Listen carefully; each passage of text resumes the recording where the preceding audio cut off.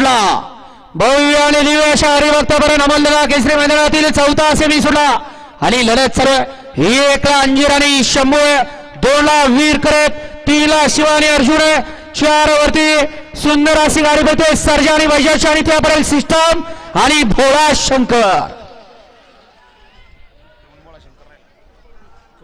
बघा पळायची किती घाई होती, पडला तोंडावरती, नाक घासलं खाली मातीला.